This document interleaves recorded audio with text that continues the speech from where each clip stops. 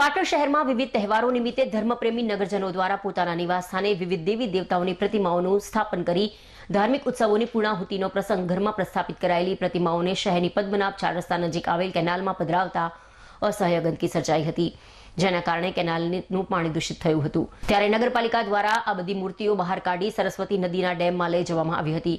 પાટણમાં દશા માતાજીનો 10 દિવસ વ્રતની પૂર્ણાહુતિ થતા ઘરમાં પ્રસ્થાપિત કરાયેલી ભગવાન દશા માતાજીની પ્રતિમા અને પૂજાપાની સામગ્રી શ્રીફળ સહિતની ચીજ વસ્તુઓને કેનાલમાં વિસર્જિત કરી જતા રહ્યા હતા।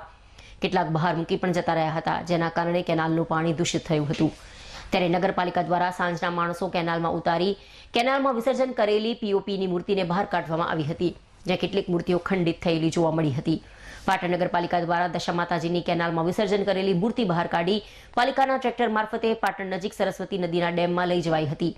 પદ્મનાભ વિસ્તારના રહીશ રમેશભાઈ પ્રજાપતિએ જણાવ્યું કે નગરપાલિકા મૂર્તિ વિસર્જન માટે કુંડ બનાવવામાં આવે તો કોઈ એવી રીતે કેનાલમાં નાખી ન જાય।